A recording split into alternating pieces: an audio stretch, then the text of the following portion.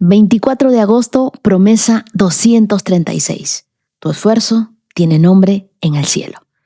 ¿Alguna vez has terminado de hacer algo bueno y te has preguntado, ¿valió la pena? Oraste durante meses y aparentemente nada cambió. Serviste a alguien que después ni siquiera te agradeció. Quizá invertiste años formando a una persona que finalmente tomó otro camino. Criaste a tus hijos enseñándoles acerca de Dios y hoy están lejos de Dios. Empezaste un proyecto creyendo que Dios te había guiado y los resultados todavía no aparecen. Así que hay cansancios que no vienen de trabajar demasiado, vienen de trabajar sin poder ver los resultados. Porque podemos soportar mucho esfuerzo cuando vemos fruto. Lo difícil es continuar sembrando cuando la tierra todavía parece vacía. Y justamente allí es donde aparece esta promesa, la de 1 de Corintios, capítulo 15, verso 58. Nada de lo que hacen para el Señor es inútil. Pero quiero que hoy entendamos algo extraordinario. Pablo no escribió esta frase como un mensaje motivacional para un polo, para una franela. Lo escribió para gente cansada. Lo escribió al final de uno de los capítulos teológicamente más importantes de toda la Biblia, el capítulo de la resurrección. Y eso cambia completamente el significado, porque lo que hoy vas a descubrir es que tu esfuerzo silencioso ya tiene nombre en el cielo, aunque en la tierra nadie lo mencione. En la Nueva Traducción Viviente, 1 de Corintios, capítulo 15, verso 58 dice: Por lo tanto, mis amados hermanos, permanezcan fuertes y constantes. Trabajen siempre para el Señor con entusiasmo, porque ustedes saben que nada de lo que hacen para el Señor es inútil. Y la Biblia, el mensaje en estos mismos versos dice: con todo esto a favor nuestro, queridísimos amigos, manténganse firmes y no se detengan. Entréguense a la obra del Señor con la certeza de que nada de lo que hagan por Él es una pérdida de tiempo o de esfuerzo. Así que lo que tú haces para Dios, aunque nadie lo vea, aunque nadie lo aplauda, ya tiene nombre en el cielo. Y nada de eso, jamás, quiero repetírtelo, jamás será inútil. El versículo comienza diciendo, por lo tanto. Así que cuando tú encuentres un por lo tanto en la Biblia, mira hacia atrás. Pablo estaba diciendo, por todo lo que acabo de explicarles, ahora vivan de esta manera. ¿Y qué acababa de explicar durante 57 versículos? Que Jesucristo resucitó. En Corinto, algunos estaban diciendo que no existía la resurrección de los muertos. Entonces Pablo entiende que eso no es un detalle doctrinal pequeño. Si no, no existe resurrección. Entonces Cristo tampoco resucitó. Y si Cristo no resucitó, dice Pablo, entonces toda nuestra predicación es inútil y la fe de ustedes también es inútil. Verso 14. Y no lo dice como una opinión personal. Unos versículos antes menciona que Cristo se apareció resucitado a más de 500 personas al mismo tiempo, muchas de las cuales, dice Pablo, todavía estaban vivas y podían dar testimonio. Verso 6. Así que no estaba pidiéndoles una fe ciega, les estaba dando evidencia. Y mira la conexión. Al principio del capítulo, Pablo plantea, si Cristo no resucitó, todo es inútil. Pero llega al final diciendo, como Cristo sí resucitó, nada de lo que haces para Él es inútil. Esa es la promesa. Nuestra esperanza no está basada en que necesariamente veremos el resultado de todo lo que hacemos. Nuestra esperanza está basada en un acontecimiento histórico que cambió para siempre nuestra historia. La tumba está vacía. Por eso podríamos decir, la resurrección de Jesús garantiza que tu obediencia nunca termina en una tumba. Puede parecer enterrada. Puede pasar una temporada sin resultados. Puede parecer que nadie vio tu esfuerzo. Pero si fue entregada genuinamente a Dios, no fue desperdiciada. ¿Te das cuenta de que Dios trabaja con personas imperfectas? Recordemos a quién le escribe Pablo. Corinto era una ciudad estratégica cosmopolita del mundo grecorromano. La iglesia que Pablo había fundado allí tenía dones extraordinarios, pero también problemas extraordinarios. Habían divisiones, competencia, inmoralidad sexual, pleitos, desorden alrededor de la cena del Señor, competencia por los dones espirituales, confusión acerca de la resurrección, Y aún así, Pablo comienza este versículo diciéndoles, amados hermanos. Y me encanta esto porque algunas personas creen que para ser utilizadas por Dios, primero tienen que convertirse en una versión perfecta de sí mismas. Y están bien alejados de la verdad. La iglesia de Corintio demuestra exactamente lo contrario. Dios trabaja con personas que están en proceso, que son pintura fresca. Eso no significa justificar nuestro pecado, para nada. Pablo los confrontó con mucha firmeza, pero tampoco significa que Dios solamente utiliza a quienes ya resolvieron absolutamente todo. Dios no está esperando a que tú seas perfecto para comenzar a trabajar contigo. Él está buscando que permanezcas disponible mientras Él continúa trabajando en ti. Por eso la Biblia dice, permanezcan fuertes y constantes. La NTV utiliza estas dos palabras, fuertes y constantes. La idea detrás de estas dos palabras es muy poderosa porque habla de algo establecido, de algo firme, de algo difícil de desplazar, como una piedra que ya encontró su lugar. No se va a mover de ahí aunque le empujen con fuerza. Y aquí quiero hacer una diferencia importante, porque Pablo no está diciendo que nunca cambies de estrategia, de trabajo, de ciudad, de proyecto o de temporada. Él está diciendo que no permitas que nada mueva tu confianza en Cristo. Es muy diferente, porque hay cosas que van a intentar desplazarte.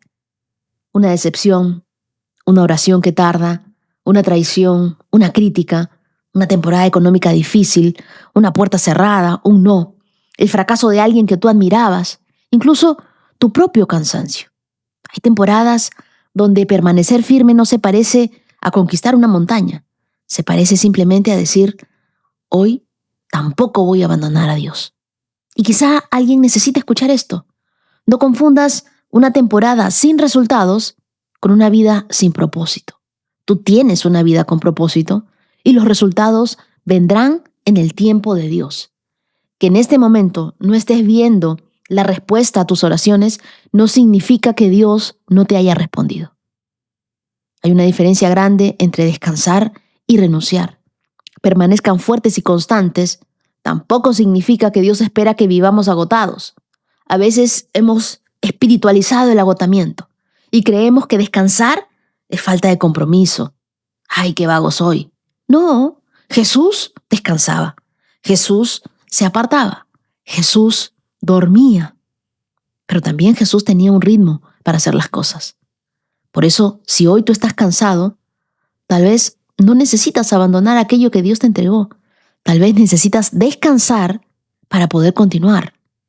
¿Y cuánto tenemos que aprender nosotros a descansar? Nos cuesta descansar. Ni siquiera descansamos los domingos. Los domingos aún trabajamos.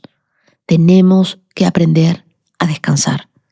Nuestro Dios descansó un día de los 7 días de la semana. Jesús se retiraba a descansar. En el Salmo 23, la Biblia nos dice que el Señor nos lleva a delicados pastos y nos hace descansar. Si Él es nuestro pastor y nosotros somos las ovejas, tenemos que aprender a descansar. Piensa en un corredor de larga distancia. No gana porque corre los primeros 100 metros desesperadamente. No, gana porque administra sus fuerzas para permanecer hasta el final. Así que no es casualidad que esa sea exactamente la imagen que los corintios veían competir en su propia ciudad cada 2 años en esos Juegos Ítmicos. Pablo no inventó una metáfora abstracta, les enseñó algo que ya conocían de memoria.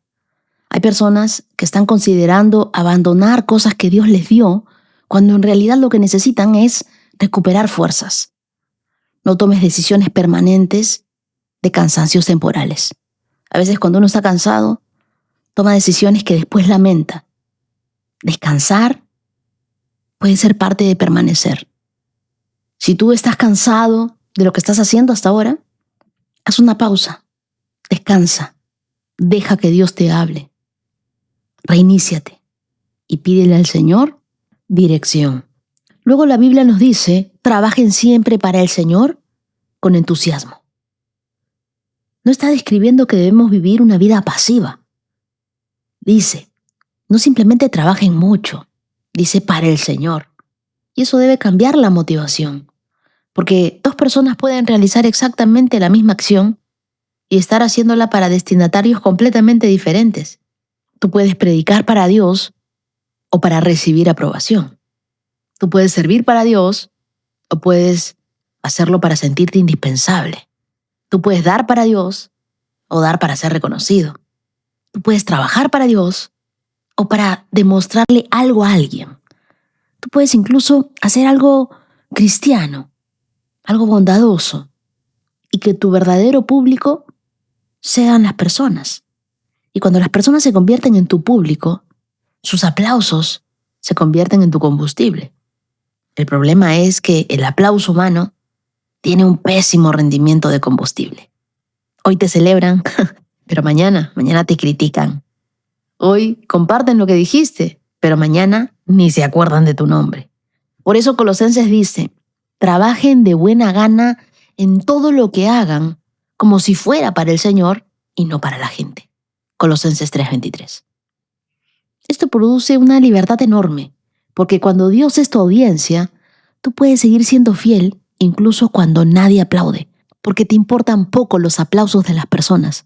Lo que te importa es que te aplauda Dios. Hay trabajos para Dios que jamás tendrán un micrófono. Cuando escuchamos nosotros obra del Señor, podemos imaginar inmediatamente un púlpito, una iglesia, una misión o un ministerio. Pero servir a Dios es muchísimo más amplio. Una madre que vuelve a orar con su hijo, eso es servir a Dios. Un padre que decide romper con un patrón familiar, eso es servir a Dios. La persona que trabaja con integridad, aunque nadie la supervise, eso es servir a Dios. La mujer que acompaña a una amiga durante un tiempo de crisis, allí está sirviendo a Dios. El hombre que decide perdonar, sirve a Dios. Quien prepara una comida para alguien que atraviesa una necesidad, está sirviendo a Dios. Un líder que prepara un mensaje durante horas, aunque nunca sepan cuánto estudió, está sirviendo a Dios. Quien acomoda las sillas antes de que llegue todo el mundo, está sirviendo a Dios. Así que hay muchas cosas que parecen pequeñas en la tierra y que tienen un enorme peso delante de Dios. Yo creo que el reino de Dios está lleno de trabajos invisibles. Y quizá uno de nuestros problemas es que hemos aprendido a medir el valor de una obra por su visibilidad. Pero Dios no te diseñó para brillar donde alguien más brilla, sino para ser fiel donde exactamente Él te puso. Aunque nadie más lo note, nosotros no hacemos las cosas para que otro lo note. Jesús habló de semillas, y las semillas tienen una característica extraña. Su trabajo más importante comienza donde nadie puede verlo. Y quiero que recuerdes esto. Nada de lo que hacen para el Señor es inútil. Nada. Nada es vacío, nada es en vano, nada es sin contenido, sin resultado. Todo lo que hacemos para Dios es importante, es valioso. La Biblia del mensaje lo dice de forma magistral. Nada de lo que hagan por Él es una pérdida de tiempo o de esfuerzo. ¿Y sabes qué significa eso? Que existe esfuerzo que tú no puedes contabilizar, pero Dios sí. Quizá tú estás mirando una hoja de resultados y dices, ¡ay, esto no funcionó! Y Dios está mirando cosas que tú todavía no puedes medir. Una conversación que alguien recordará dentro de 5 años. Una oración que produjo algo que jamás conociste. Una semilla que sembraste y tus hijos y tus próximas generaciones cosecharán de aquello que tú sembraste. Una persona que te observó en cómo atravesaste un momento de crisis y aprendió algo acerca de Dios. Hay 2 promesas más que sostienen esta idea.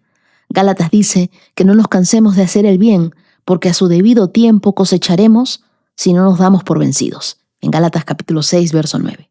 Y Hebreos añade algo aún más íntimo. Dios no es injusto para olvidar tu trabajo ni el amor que has mostrado por su nombre. Hebreos 6:10. Dios no solo ve lo que haces, Él lo recuerda. Él recuerda tu servicio. No todo fruto llega con una notificación. No todo llega con confeti, con pompa. Algunas de las cosas más importantes que has hecho para Dios probablemente nunca tendrán estadísticas. Pero Dios sí las recuerda. Y eso es lo más importante. ¿Te has dado cuenta que vivimos en una cultura que está obsesionada con las métricas, con las visualizaciones, con los seguidores, con las ventas, los resultados, el crecimiento, la productividad? Y las métricas pueden ser útiles. La buena administración importa. Pero existe una diferencia grande entre medir para administrar y medir para determinar tu valor. Imagínate que Noé hubiera evaluado su llamado después del primer año. 0 lluvia. Se fregó. O que Abraham hubiera evaluado la promesa mientras Sara todavía no podía concebir. O que José hubiera evaluado su sueño desde una prisión en Egipto. No juzgues el libro por el capítulo que Dios todavía está escribiendo. Quizá lo que hoy tú llamas que no funcionó simplemente significa todavía no termino. Tenemos que dejar que Dios haga su trabajo. Tal vez tú estás orando por un hijo y parece alejarse más. Continúa amándolo. Tal vez tú estás construyendo un negocio y lo haces con integridad y todavía no despega. Continúa haciéndolo correctamente y haz lo que te corresponde mientras aprendes y ajustas. Tal vez estás sirviendo y nadie parece darse cuenta. Dios sí. Tal vez llevas meses buscando un trabajo, pero que una puerta aún no se haya abierto no significa que tu preparación haya sido desperdiciada. Tal vez llevas años tratando de romper patrones familiares. Continúa. Dios está trabajando incluso cuando nosotros no logramos percibirlo. Cuando alguien cuenta un testimonio, nosotros escuchamos 3 minutos, pero esa persona quizá vivió 3 años de proceso. Escuchamos, Dios me dio el trabajo, pero no vimos todas las solicitudes rechazadas. Escuchamos, mi matrimonio fue restaurado, pero no vimos todas las noches llorando. Escuchamos, llegó la provisión, pero no vimos cuántas cuentas estuvieron sobre la mesa. Así que escuchamos, Dios abrió la puerta, pero no vimos todas las puertas anteriores que se le cerraron en la cara. Las batallas más importantes casi siempre se ganan en secreto, mucho antes de que se vean en público. Lo que hoy tú vives en silencio, sin testigos, sin fecha de estreno, puede ser exactamente la batalla que sostiene el próximo testimonio que vayas a contar. Y quiero que sepas algo. Cada testimonio tiene 2 fechas. El día de la promesa y el día en que finalmente pudiste contar lo que Dios hizo. Y entre ambas fechas existe una palabra: perseverancia. No abandones en privado la historia que algún día vas a agradecer públicamente. Apunta este correo: testimonios@wendyneciosub.com. Yo creo con todo el corazón que tú serás el próximo. Ora conmigo y dile: Señor Jesús, hoy te entrego mi cansancio y especialmente aquellas áreas en las que he comenzado a preguntarme si vale la pena continuar. Perdóname por las veces que he medido tu obra solamente por los resultados que puedo ver. Recuérdame que mi esperanza nunca descansa en las estadísticas, en los aplausos, ni en las respuestas inmediatas, sino en Jesús, en el que resucitó. Dame sabiduría para distinguir cuándo debo perseverar, cuándo debo descansar y cuándo debo cambiar de dirección. No permitas que el cansancio decida por mí. Hoy vuelvo a entregarte aquello que he estado sembrando, mis oraciones, mi familia, mis proyectos, mi trabajo, mi servicio, mis sueños y a las personas que amo. Hazme fuerte y hazme constante.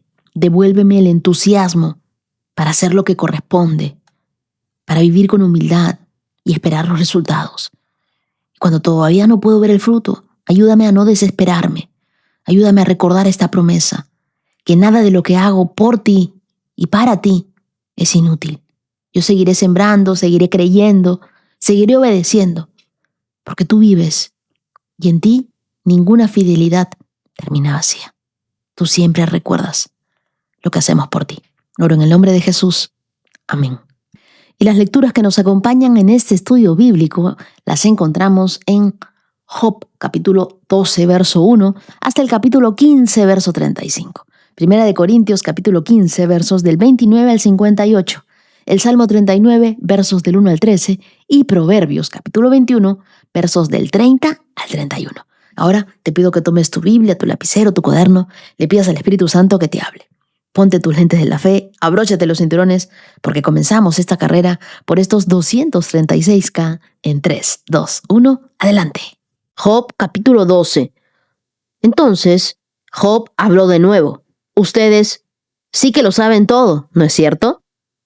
Y cuando mueran, la sabiduría morirá con ustedes. Ahora bien, yo también sé algunas cosas, y ustedes no son mejores que yo. ¿Quién no sabe estas cosas que acaban de decir? Sin embargo, mis amigos se ríen de mí, porque clamo a Dios y espero una respuesta. Soy un hombre justo e intachable. Sin embargo, se ríen de mí. La gente que está tranquila se burla de los que están en dificultades. Le dan un empujón a los que tropiezan. Los ladrones están en paz, y los que provocan a Dios viven seguros, aunque todavía siguen bajo el control de Dios. Solo pregunten a los animales, y ellos les enseñarán. Pregunten a los pájaros del cielo, y ellos les contarán. Hablen a la tierra, y ella los instruirá. Dejen que los peces del mar les hablen, pues todos ellos saben que mi desgracia ha venido de la mano del Señor, ya que la vida de todo ser viviente está en sus manos, así como el aliento de todo ser humano. El oído pone a prueba las palabras que oye, igual que la boca distingue los sabores. La sabiduría pertenece a los ancianos y el entendimiento a los mayores. Pero la verdadera sabiduría y el poder se encuentran en Dios. El consejo y el entendimiento le pertenecen. Marca ese verso 13. Lo que Él destruye no se puede volver a construir. Cuando Él mete a alguien en la cárcel, no hay escapatoria. Si Él detiene la lluvia, la tierra se convierte en un desierto. Si libera las aguas, se inunda la tierra. Así es, la fuerza y la sabiduría le pertenecen a Él. Los que engañan y los engañados, los dos, están bajo su poder. Él se lleva a los consejeros y les quita el buen juicio. Los jueces sabios se vuelven necios. Él despoja a los reyes del manto real y son llevados lejos con cuerdas alrededor de la cintura. Él se lleva lejos a los sacerdotes, despojados de su posición. Derroca a los que llevan muchos años en el poder. Él hace callar al consejero de confianza y quita la percepción a los ancianos. Él derrama deshonra sobre los príncipes y desarma a los fuertes. Él descubre los misterios escondidos en la oscuridad, trae luz a la más profunda penumbra. Él levanta naciones y las destruye. Él hace crecer a las naciones y las abandona. Él quita el entendimiento a los reyes y los deja vagando en un desierto sin salida. Ellos andan a tientas en la oscuridad sin una luz. Él los hace tambalear como borrachos. Job capítulo 13. Miren, he visto todo esto con mis propios ojos y lo he escuchado con mis propios oídos y ahora comprendo. Tengo tanto conocimiento como ustedes. No son mejores que yo. En cuanto a mí, hablaría directamente con el Todopoderoso. Quiero defender mi caso ante Dios mismo. En cuanto a ustedes, me calumnian con mentiras. Como médicos, son unos matasanos inútiles. Si tan solo se quedaran callados, es lo más sabio que podrían hacer. Escuchen los cargos que presento. Presten atención a mis argumentos. ¿Acaso defienden a Dios con mentiras? ¿Presentan argumentos engañosos en su nombre? ¿Mostrarán parcialidad en su testimonio a favor de Él?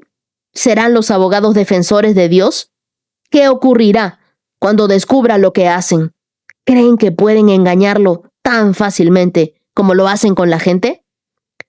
Si en secreto hacen inclinar los testimonios a su favor, ciertamente se meterán en problemas con Él. ¿No les da terror su majestad? ¿No los deja abrumados el temor que sienten por Él? Sus frases vacías valen tanto como las cenizas. Su defensa es tan frágil como una vasija de barro. Ahora quédense en silencio y déjenme en paz. Permítanme hablar y afrontaré las consecuencias. ¿Por qué debería ponerme en peligro de muerte y tomar mi vida en mis manos? Dios podría matarme, pero es mi única esperanza. Voy a presentar mi caso ante Él. Esto es lo que me salvará. No soy ningún impío. Si lo fuera, no podría estar delante de él. Presten mucha atención a lo que voy a decir. Escúchenme hasta el final. He preparado mi defensa. Seré declarado inocente. ¿Quién puede discutir conmigo sobre esto? Y si demuestran que estoy equivocado, me quedaré callado y moriré. Oh Dios, concédeme estas dos cosas y entonces podré enfrentarme contigo. Quítame de encima tu mano dura y no me atemorices con tu temible presencia. Ahora llámame y te responderé. Y deja que te hable y contéstame tú. Dime, ¿qué he hecho mal? Muéstrame mi rebelión y mi pecado. ¿Por qué te alejas de mí? ¿Por qué me tratas como a tu enemigo? ¿Atemorizarías una hoja llevada por el viento? ¿Perseguirías a la paja seca? ¿Escribes amargas acusaciones en mi contra y sacas a relucir todos los pecados de mi juventud? ¿Pones mis pies en el cepo? ¿Examinas todos mis caminos y rastreas todas mis pisadas?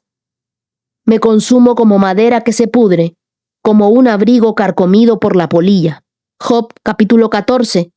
Qué frágil es el ser humano, qué breve es la vida, tan llena de dificultades.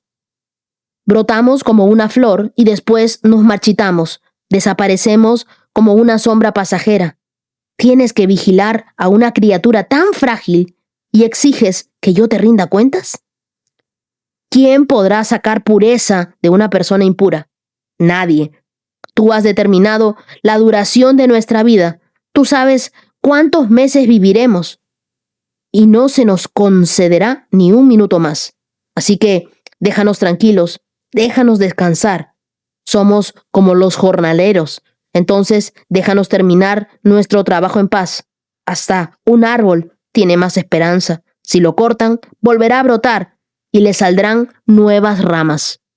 Aunque sus raíces hayan envejecido en la tierra y su tocón esté podrido, al sentir el agua renacerá y echará nuevos brotes como un árbol recién plantado. En cambio, cuando los seres humanos mueren, pierden su fuerza, dan su último suspiro y después, ¿dónde están? Como el agua se evapora de un lago y el río desaparece en la sequía, asimismo la gente yace en la tumba y jamás se levanta. Hasta que los cielos dejen de existir, nadie despertará, ni será perturbado de su sueño. Como quisiera que me escondieras en la tumba y que de allí me dejaras olvidado hasta que pase tu enojo. Pero anota en tu calendario para que te acuerdes de mí.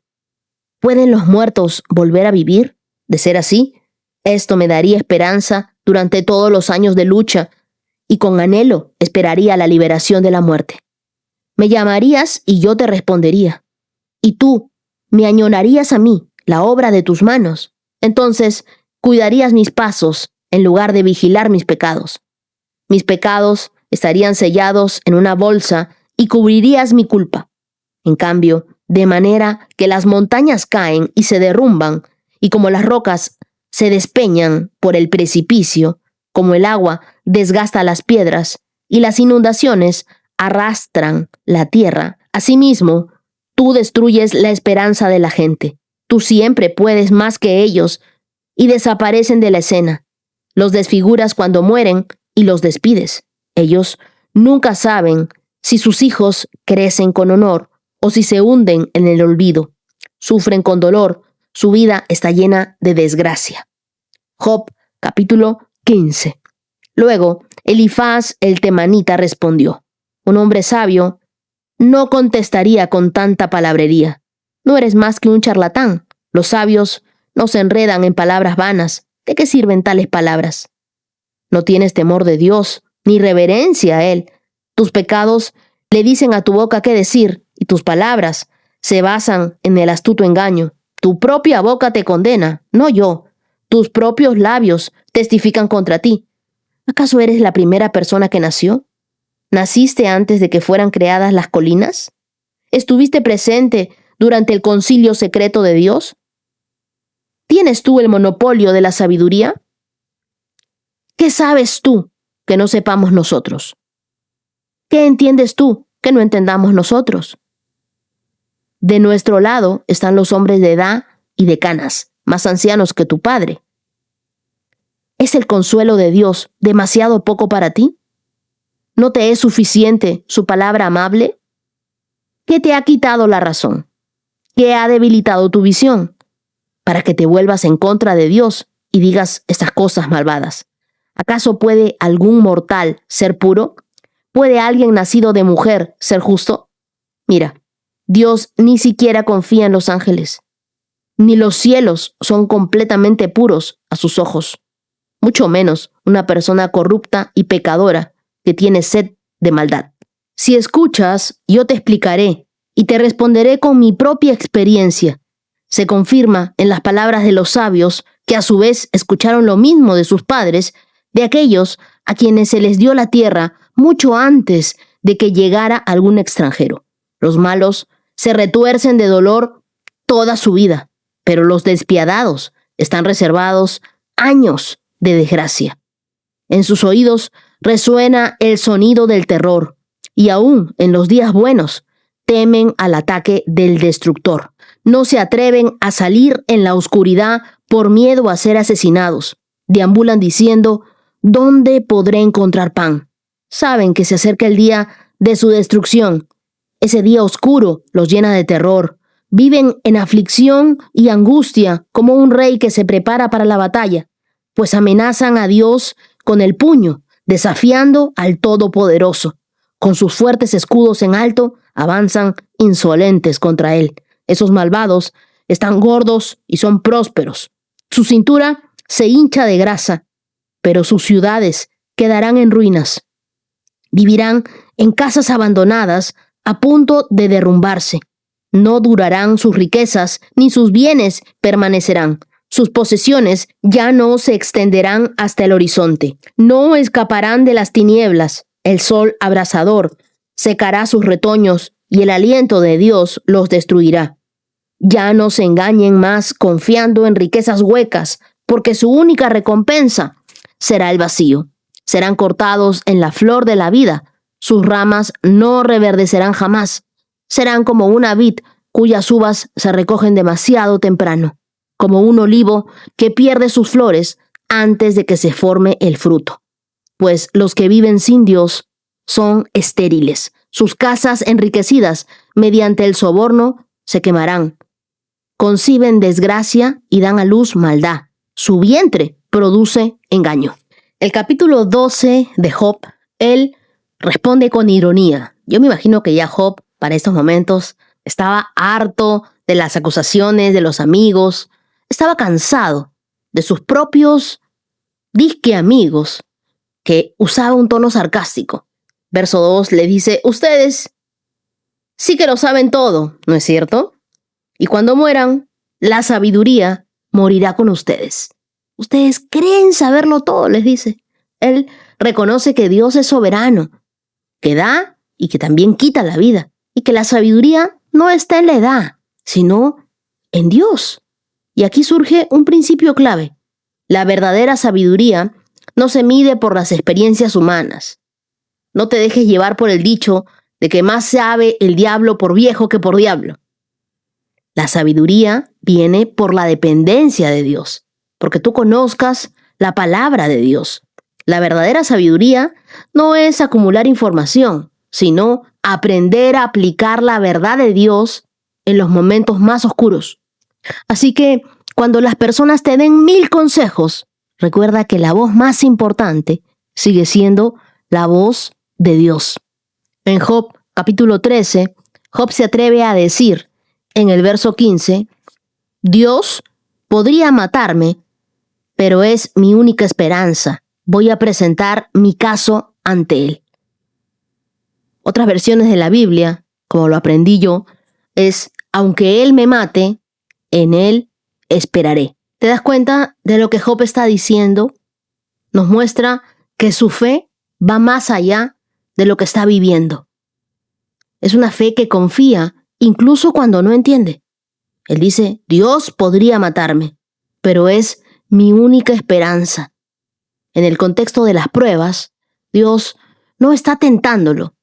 Dios estaba purificándolo. La fe de Job estaba siendo llevada a un nivel más profundo.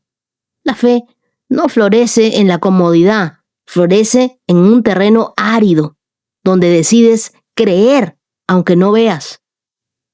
Las mayores victorias las ganamos después de las más grandes batallas, porque sin batallas no hay victorias. Así que aquí va mi pregunta más difícil para ti. ¿Te atreverías a confiar en Dios incluso si la situación empeora? Luego vemos Job 15. Elifaz acusa a Job de hablar necedades y de rebelarse contra Dios, en los versos del 2 al 6. Y le dice, un hombre sabio no contestaría con tanta palabrería. No eres más que un charlatán. Los sabios no se enredan en palabras vanas. ¿De qué sirven tales palabras? ¿No tienes temor de Dios ni reverencia a Él? Tus pecados le dicen a tu boca qué decir, y tus palabras se basan en el astuto engaño. Tu propia boca te condena, no yo. Tus propios labios testifican contra ti. Y presenta una visión rígida, ¿no? El malo siempre sufre y el justo siempre prospera. Pero nosotros sabemos que esa idea, esa teología, es incompleta. El error de Elifaz fue confundir la justicia de Dios con fórmulas simplistas. Cuando nosotros reducimos a Dios a una ecuación, a la lógica, lo despojamos de su misterio, de su poder transformador. Cuando aconsejes a alguien en medio de su dolor, no lo cargues con clichés, no le hagas preguntas que solo se pueden responder con obviedades. Abraza primero su sufrimiento, ponte en sus zapatos, porque la compasión abre más puertas que las respuestas rápidas. Hay mucha gente que te busca no tanto para que tú les des una respuesta, sino muchas veces para que tú los acompañes en medio de su dolor, para que tú ores por ellos. Yo recibo cantidad de mensajes de gente que no quiere que yo les dé una respuesta. Ellos solamente quieren contármelo. Y algunos me dicen, si puedes, por favor, ora. Tengo una operación tal día, a tal hora. Y de verdad, ese tipo de gente que me busca en medio de su desesperación, de su necesidad, tocan mucho en mi corazón. Yo lo agendo, me anoto en mi calendario y digo, este día, a tal hora, esta persona va a ser operada. Y luego cuando estas personas me buscan y me escriben, me dicen, mira, salí bien de la operación, no sucedió nada de lo que yo me imaginaba, los resultados fueron positivos, quiero agradecerte. ¿Te diste cuenta? Solo estando ahí, solo orando, al otro lado del mundo, porque yo de repente no conozco toda tu vida, pero solamente a través de mi voz, de una oración, uno puede sentirse reconfortado. Ese tipo de amigos tenemos que ser para otras personas. Hay amigos que son bien intencionados, pero pueden herir más que sanar. La fe no es negar la realidad, es mirar la realidad a través de los ojos de Dios. Imagina un atleta lesionado en plena carrera. Todos a su alrededor opinan. Corrió mal. No entrenó bien. Es culpa suya. Pero solo el médico sabe lo que realmente pasa en su interior. Asimismo, solo Dios conoce la raíz y el propósito de lo que nosotros estamos enfrentando. Primera de Corintios, capítulo 15, a partir del verso 29. Si los muertos no serán resucitados, ¿para qué se bautiza la gente por los que están muertos? ¿Para qué hacerlo a menos que los muertos algún día resuciten? ¿Y para qué nosotros, a todas horas, pondríamos en peligro nuestra vida? Pues juro, amados hermanos, que todos los días enfrento la muerte. Esto es tan cierto como el orgullo que siento por lo que Cristo Jesús, nuestro Señor, ha hecho en ustedes.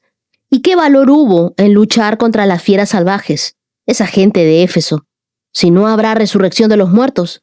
Y si no hay resurrección, comamos y bebamos, que mañana moriremos. No se dejen engañar por lo que dicen semejantes cosas, porque las malas compañías corrompen el buen carácter.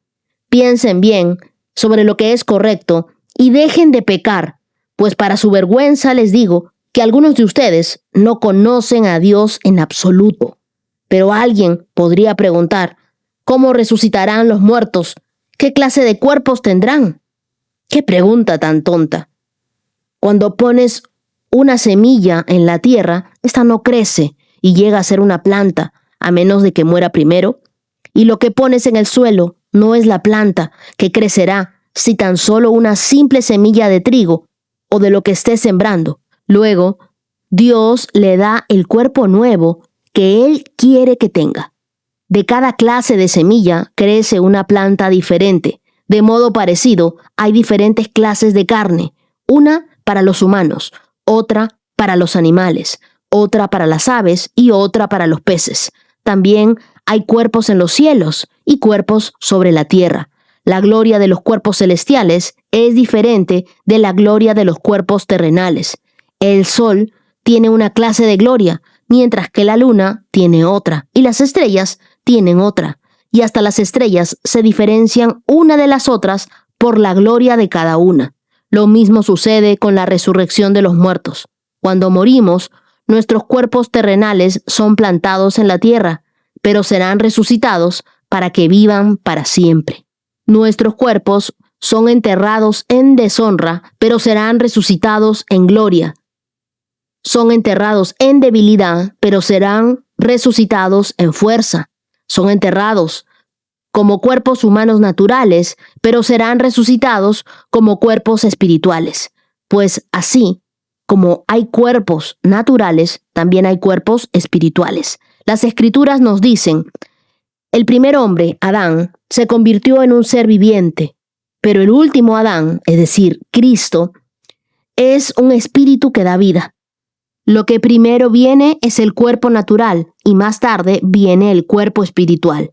Adán, el primer hombre, fue formado del polvo de la tierra, mientras que Cristo, el segundo hombre, vino del cielo. Los que son terrenales son como el hombre terrenal, y los que son celestiales son como el hombre celestial. Al igual que ahora somos como el hombre terrenal, algún día seremos como el hombre celestial. Lo que les digo, amados hermanos, es que nuestros cuerpos físicos no pueden heredar el reino de Dios. Estos cuerpos que mueren no pueden heredar lo que durará para siempre. Pero permítanme revelarles un secreto maravilloso. No todos moriremos, pero todos seremos transformados. Sucederá en un instante, en un abrir y cerrar de ojos, cuando se toque la trompeta final, pues cuando suene la trompeta, los que hayan muerto resucitarán para vivir por siempre, y nosotros, los que estemos vivos, también seremos transformados, pues nuestros cuerpos mortales tienen que ser transformados en cuerpos que nunca morirán. Nuestros cuerpos mortales deben ser transformados en cuerpos inmortales. Entonces, cuando nuestros cuerpos mortales hayan sido transformados en cuerpos que nunca morirán, se cumplirá la siguiente escritura. La muerte es devorada en victoria. Oh muerte, ¿dónde está tu victoria? Oh muerte, ¿dónde está tu aguijón? Pues el pecado es el aguijón que termina en muerte, y la ley le da al pecado su poder. Pero gracias a Dios, Él nos da la victoria sobre el pecado y la muerte, por medio de nuestro Señor Jesucristo. Por lo tanto, mis amados hermanos, permanezcan fuertes y constantes. Trabajen siempre para el Señor con entusiasmo, porque ustedes saben que nada de lo que hacen para el Señor es inútil. Aquí Pablo comienza con una pregunta que parece extraña, que está en el verso 29. Si los muertos no serán resucitados, ¿para qué se bautiza la gente por los que están muertos? En Corinto habían prácticas culturales relacionadas a la muerte que algunos mezclaban con la fe cristiana. Pablo no aprueba esa costumbre, pero la usa como un argumento lógico. Si ustedes niegan la resurrección, hasta sus rituales no tendrían sentido. Eso es lo que él estaba diciendo. Lo que hace es defender el núcleo del evangelio. Sin resurrección, todo lo demás se derrumba. Verso 31 dice, todos los días enfrento la muerte. En Éfeso, él luchó con fieras salvajes, lo que habla de una expresión que describe las persecuciones, la hostilidad que Pablo enfrentó. Aquí él revela algo poderoso. Vivir por Cristo solo tiene sentido si nosotros creemos en la resurrección. Sin ella, la vida cristiana sería un esfuerzo vacío. En los versos del 36 al 38, Pablo responde a la duda, ¿cómo resucitarán los muertos? Y lo hace con una analogía agrícola. Una semilla debe morir en la tierra para que surja la planta. Así, nuestros cuerpos actuales son como esa semilla que debe ser sembrada para que Dios les dé un cuerpo nuevo. Y aquí está el secreto. La muerte no es el final. Es una siembra de algo glorioso. La tumba no es el punto final, sino el campo donde Dios planta la eternidad. Que no sé si te lo he contado en alguna vez, pero siempre recuerdo la historia de la mujer que pidió que le enterraran con una cucharita de postre. Entonces, cuando todos se acercaban a ver el ataúd, la miraban a ella, estaba con una sonrisa y con su cucharita de postre. Y había pedido que pongan una nota y que les decía, ¿no? Lo mejor no lo viví en esa tierra. Lo mejor comienza ahora. Dios siempre se reserva el postre para el final. Así que me voy con mi cucharita lista. Ella sabía que esta muerte, la muerte en la tierra, no es el final. Dios tiene algo mejor y mayor para nosotros. Versos del 39 al 44 nos hablan sobre los cuerpos terrenales y los cuerpos celestiales. Pablo distingue entre esos cuerpos naturales y los cuerpos espirituales. Los actuales se entierran en debilidad, en deshonra y corrupción, pero se levantarán en gloria, dice, y tendrán poder e inmortalidad.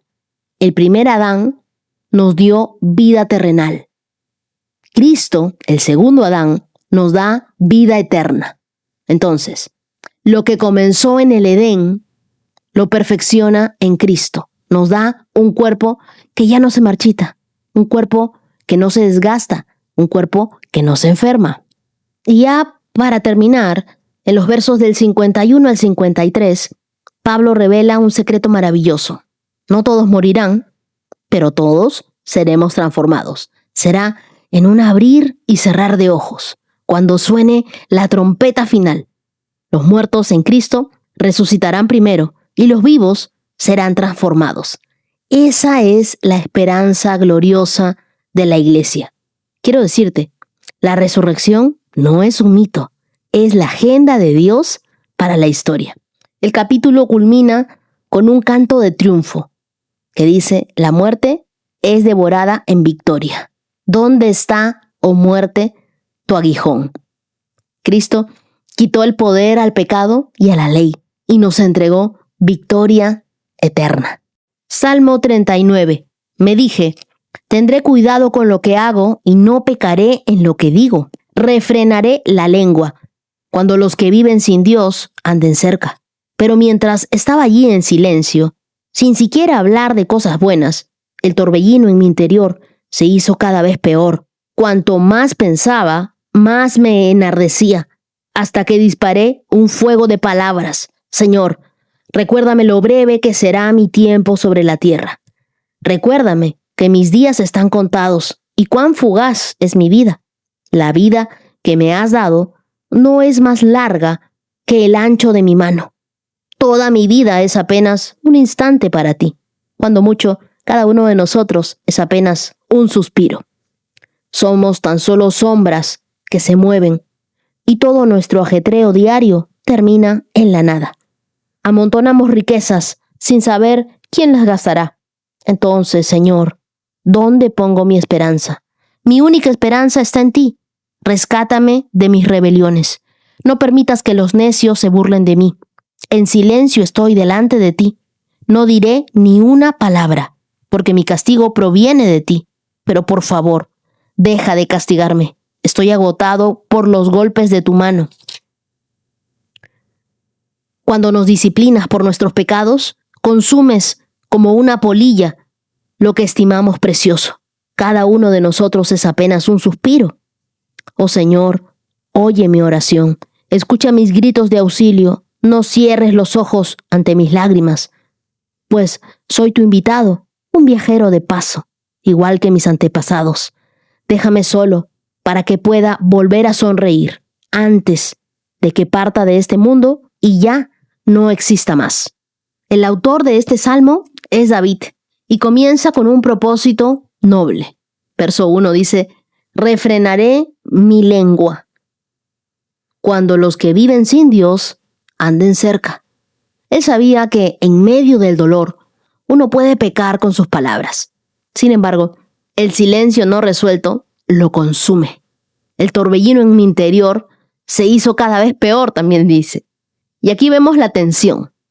Callar sin entregar la carga a Dios produce fuego en tu interior.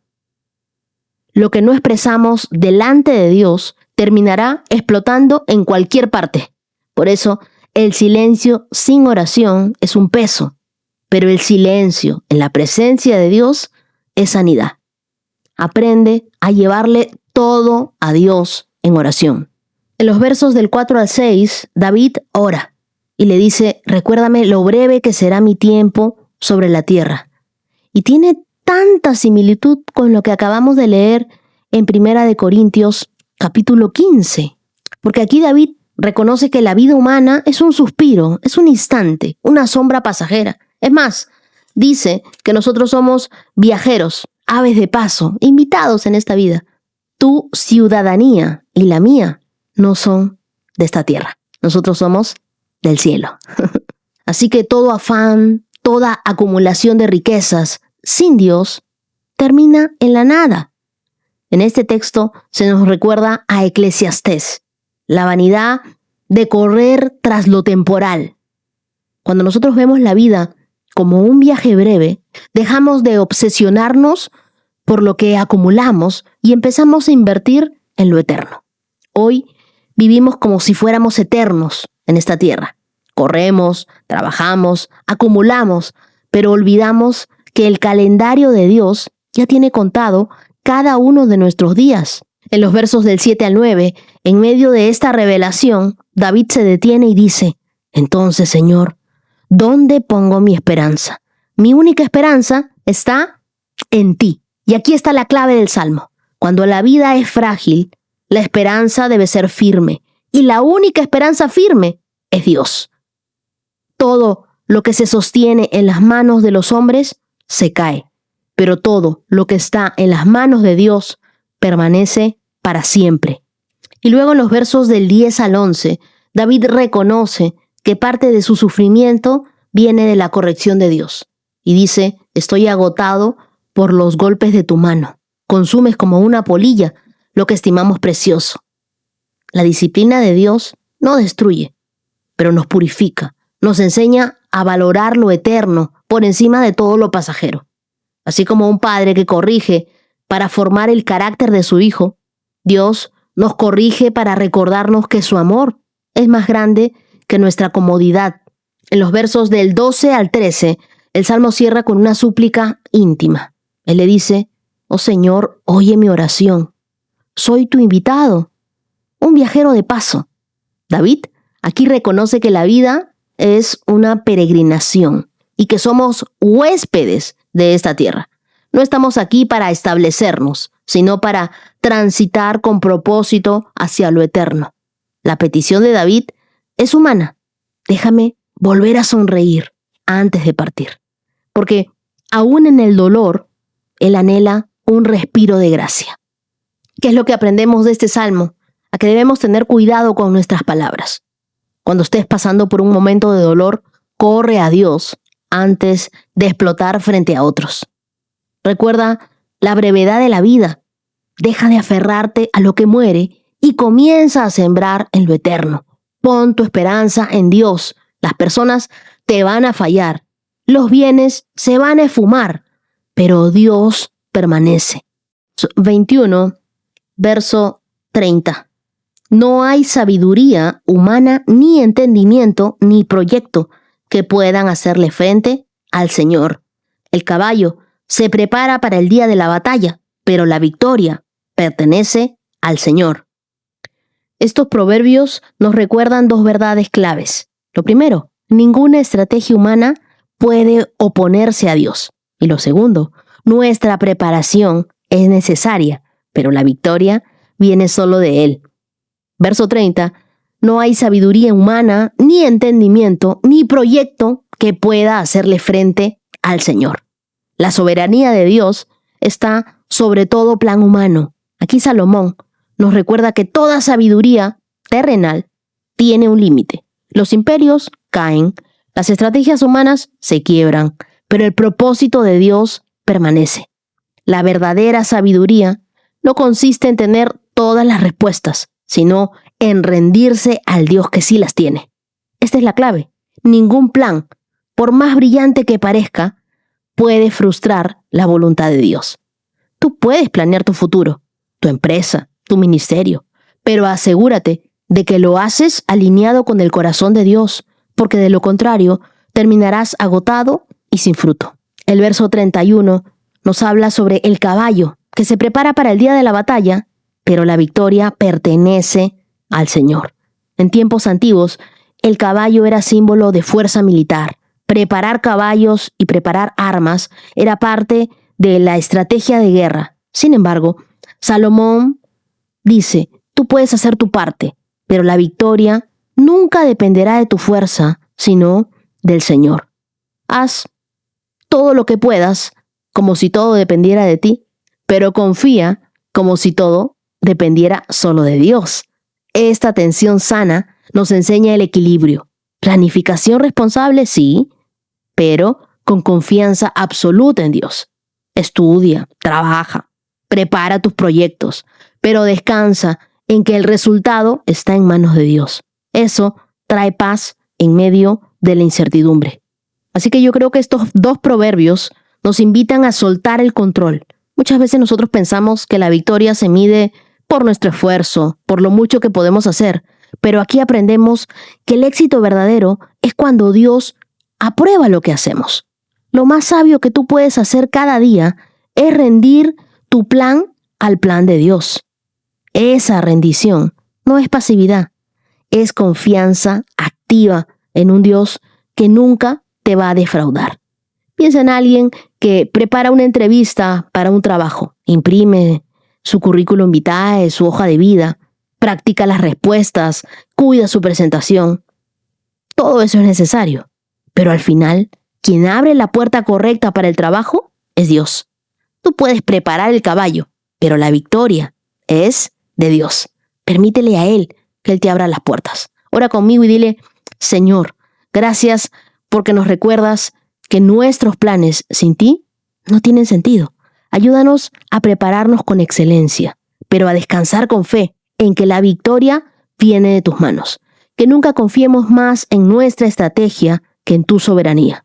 Hoy rendimos nuestros proyectos a ti, confiando que tu propósito siempre prevalecerá. Oramos en el nombre de Jesús. Amén. Y así llegamos a nuestros 236K. Y ahora te invito a escuchar el testimonio de Paulino desde Arauca, Colombia. Hola Wendy, Dios te bendiga, el Señor te siga guiando y dirigiendo.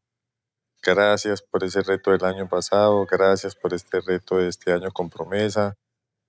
Quería contarle mi testimonio es que casi con 5 años de trastorno de ansiedad generalizada. Puedo decir que el Señor me sacó de todo eso, de ataques de pánicos, temores, miedos, pensamientos intrusivos. Gracias a Él, me ha abrazado a la palabra de Dios, a sus promesas que nos dan varios libros sobre el temor y el miedo. Y agradecido por ti porque nos has dado esa bendición de entender más la palabra, leerla, de explicarla. Bendito Dios, también agradeciendo el apoyo de mi esposa, de mis hijas. Puedo contar que pasé ese valle Ya estoy a un paso de salir de ese valle que me metió por casi de 5 años. Sé que era cuestión de tiempo, de paciencia, porque era una prueba que había que pasar. Sé que el Señor quería verme mejor y sé que el Señor quería sacarme a un sitio mejor, a que cambiara mis pensamientos. Eh, Agradecido, y ese es mi testimonio, agradecido con tu reto y que el Señor te dé fuerzas y te llene de esa salud y fortaleza, Wendy. Agradecido siempre contigo y dándole la gloria a Dios porque sé que eres el camino, la verdad y la vida y cada mañana nos abraza. Bendito Dios, ese es mi testimonio. Hay que estar con Él, creer en Él y confiar en Él. Gracias, Wendy. Un abrazo desde aquí, desde Arauca, Colombia. Bendito Dios. Mi querido Paulino, mientras escuchaba tu testimonio, pensaba que a veces nosotros creemos que un milagro solamente ocurre cuando algo cambia de un momento para otro. Pero hay milagros que Dios hace día tras día. Recuperar tu tranquilidad después de tantos años, eso también es un milagro. Volver a sentir paz es un milagro. Poder mirar esos pensamientos que antes te atormentaban y decir, ya no estoy donde estaba, eso también es un milagro de la fidelidad de Dios. Y me alegra mucho escucharte reconocer que todavía estás en proceso. No necesitas apresurarte. Tú sigue caminando, sigue cuidándote, sigue apoyándote en tu familia y sigue permitiendo que Dios afirme cada paso que has avanzado. Después de casi 5 años de tanta batalla interior, hoy puedes decir, Dios me sostuvo y estoy recuperando mi paz. Quiero regalarte Isaías capítulo 26, verso 3, que dice, tú guardarás en perfecta paz a los que confían en ti, a todos los que concentran en ti sus pensamientos. Paulino, que esa paz que hoy estás recuperando siga haciéndose cada vez más firme en tu vida. Que algún día cuando tú mires hacia atrás puedas darte cuenta de que aquello que parecía interminable terminó convirtiéndose en una historia que ahora le da esperanza a alguien más. Y ahora me gustaría agradecer a los corazones generosos íntimos de esta hermosa comunidad. Muchas gracias a Melanie Delgado. Dios te bendiga, María Olmedo. Muchas bendiciones a Ana Ocando, a Wanda Rodríguez. Y desde el canal de YouTube, muchas gracias para Juliet Bayona, Jessica Flores y Verónica González. Y a ustedes, queridos, quiero regalarles Mateo capítulo 6, verso 26, que dice, miren los pájaros, no plantan, ni cosechan, ni guardan comida en graneros, porque el Padre Celestial los alimenta. ¿Y no son ustedes para Él mucho más valiosos que ellos? Definitivamente sí. Nosotros para Dios somos invaluables. Valemos la sangre de su Hijo. Así que no se preocupen por el día de mañana. No se preocupen por la provisión, porque el Señor enviará su provisión suficiente para cada día. Y quiero que sepan que ustedes y su familia estarán en mis oraciones. Muchas gracias, querida comunidad de íntimos, por acompañarme hasta aquí. Nos vemos el día de mañana con más de la palabra de Dios, más de su presencia y cada día una misericordia de Dios renovada. Shalom, shalom.